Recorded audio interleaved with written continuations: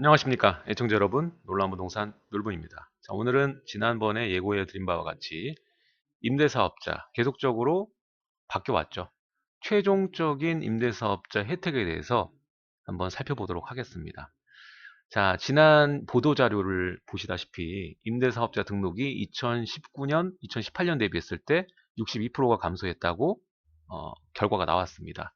그래서 임대사업자 혜택이 줄었기 때문에 이제 등록할 가치가 없는 것인가 라고 생각하시는 분들이 많을 텐데, 아직까지는 임대사업자 혜택이 있다. 물론 일정 구간에만 존재한다. 이렇게 말씀을 드렸습니다. 이 말은 여전히 그 구간 안에 속해 있는 주택의 경우에는 혜택이 많다는 것을 뜻합니다. 따라서 오늘 최종적인 혜택 하나하나 살펴보겠습니다. 시청하시기 전에 좋아요와 구독하기 부탁드리겠습니다. 자, 지난 18번의 부동산 규제 속에서 임대사업자 관련된 요건이나 혜택이 상당히 많이 바뀌었습니다. 자, 지난 정책을 되새겨보면요, 우리가 파리 대책부터 시작할 수가 있는데, 사실 이 전반적인 부동산 시장의 규제가 나온 규제책인데, 이때 임대사업자 관련해서는 이 파격적인 혜택이 단행됐던 정책이었거든요. 살펴보면은 이 단기든 장기든 등록만 하게 되면은 양도세 중과 제도에서 해당 등록 주택에 대한 이 주택수를 빼줬습니다. 그러다 보니까 많은 다주택자들이 이 임대사업자 혜택을 보고 출구 전략으로 삼았고요. 게다가 신규로 투자하는 분들도 이 해당 임대사업자 혜택이 워낙 컸기 때문에 출구로 삼고 뜀틀 삼아서 등록을 많이 하게 됩니다. 그러면서 2017년 그리고 2018년 역대급으로 등록을 했죠. 그리고 2019년에 이르러서 2018년에 비해선 줄었지만 결코 적은 수치는 아닙니다.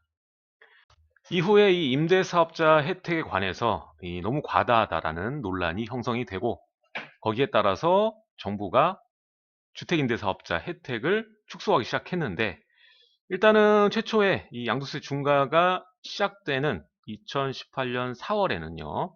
일단 그전에는 단기든 장기든 임대사업자 등록을 하게 되면은 이 양도세 중과에서 빠질 수가 있었는데, 이것이 장기 등록만 빠지는 걸로 축소가 되고, 또 그 이후에도 여기에 대한 논란이 가시지 않자 9.13 와서는 전면적으로 임대사업자 등록을 하더라도 중과 배제를 받지 못하게 됩니다. 그러면서 임대사업자에 대한 혜택에 대해서 많은 또 논란이 있었죠. 그럴 거면 임대사업자가 왜 필요하느냐.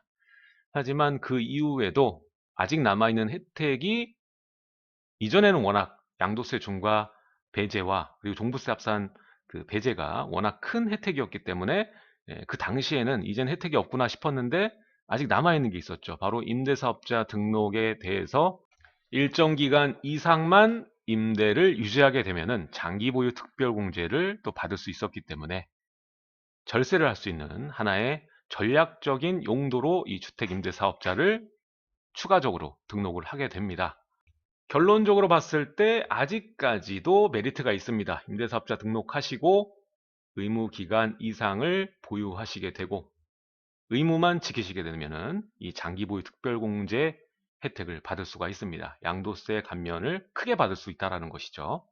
근데 이 중에서도 요건이 좀 변화했습니다. 예전에는 이 면적에 관련된 요건만 있었지만 이게 9.13 대책 때 바뀝니다. 어떻게 바뀌었냐면 이제 기준이 생긴 거죠. 면적 기준뿐만 아니라 가액 기준도 충족해야 이 장기 보유 특별공제를 받을 수 있습니다.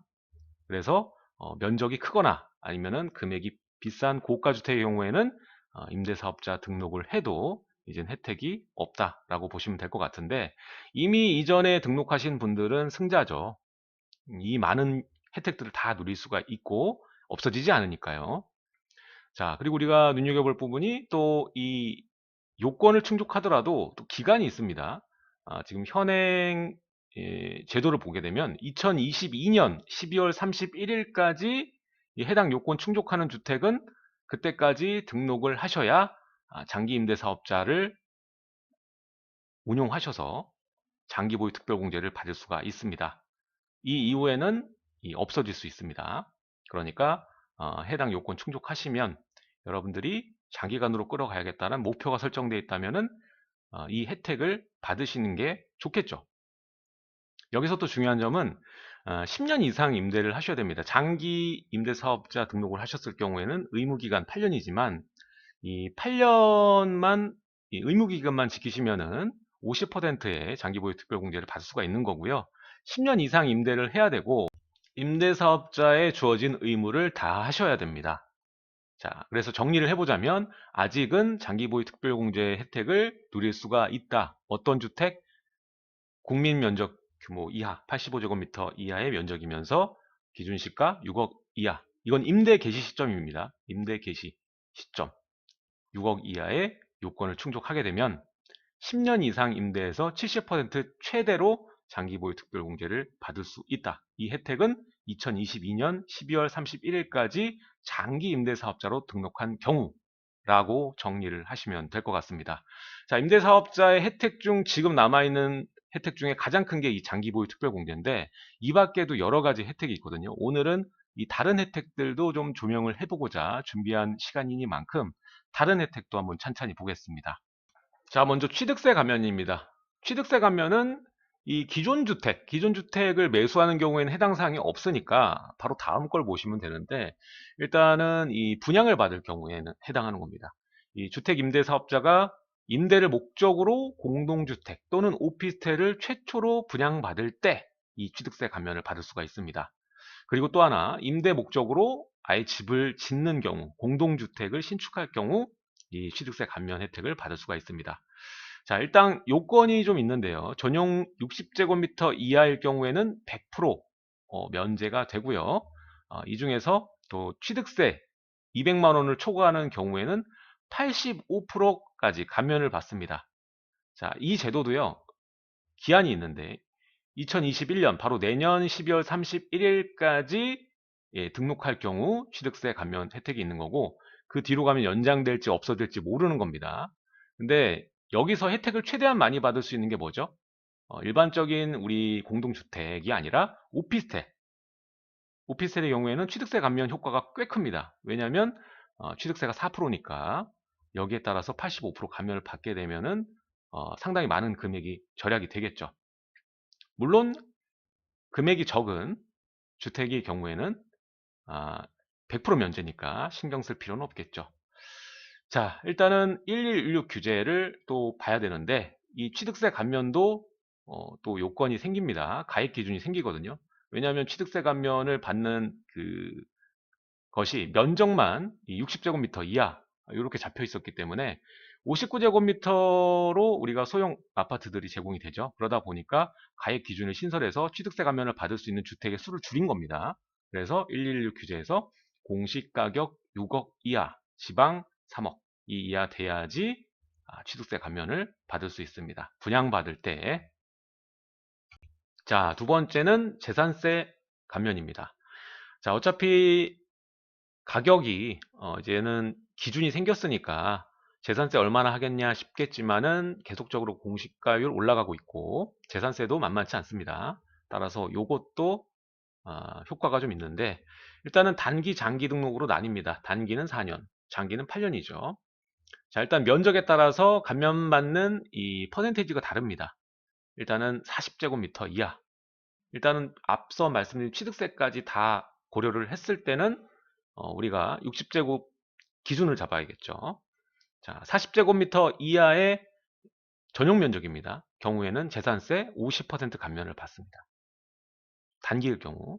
그리고 85제곱미터, 40제곱미터가 넘어가면서 85제곱미터 이하일 경우에는 25% 감면을 받습니다. 자, 그런데 우리는 모든 혜택을 받기 위해서는 장기로 등록을 하셔야겠죠. 그러니까 4년은 좀 패스를 하시고 장기를 자세히 보셔야 되겠죠. 자, 일단 구간이 나뉘어 있는데요. 40제곱미터 이하일 경우 장기 등록을 하면 재산세가 아예 면제입니다. 한 푼도 안 냅니다. 자, 그리고 이 40 초과하면서 60제곱미터 이하는 75% 감면, 그리고 60 초과 85제곱 이하는 50% 감면. 엄청나게 올라가죠. 감면 혜택이. 자, 여기서 우리가 주목할 점은 40제곱미터 이하는 이렇게 면제가 된다. 그리고 앞서 말씀드린 취득세랑 연계를 하자면 60제곱미터 기준으로 보는 게 좋겠죠. 자, 근데 이거는 또 하나의 조건이 있습니다.